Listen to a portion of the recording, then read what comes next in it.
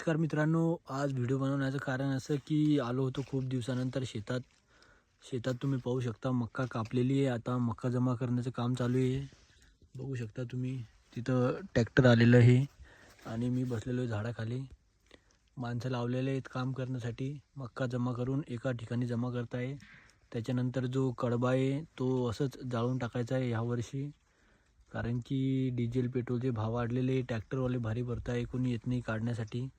त्याच्यामुळे फक्त मक्का काढून घेऊ आणि राहिलेला कडबा पूर्ण जाळून टाकू मित्रांनो. त्याच्यानंतर लावायचं त्याच्यामध्ये गहू.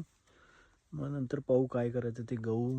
आता तर हिवाळा लागेल. हिवाळ्यामध्ये काही एवढं पाण्याची आवश्यकता नसते. जेव्हा नसला तेव्हा विहिरीला पाणी आहे भरपूर, तर त्यानंतर पाणी देऊ मग विहिरीला. बस मित्रांनो, आलो होतो खूप दिवसानंतर वावरामध्ये. मग विचार आला की म्हटलं चला एक व्हिडिओ काढू, दाखवू तुम्हाला पण. तर बघू शकता तुम्ही,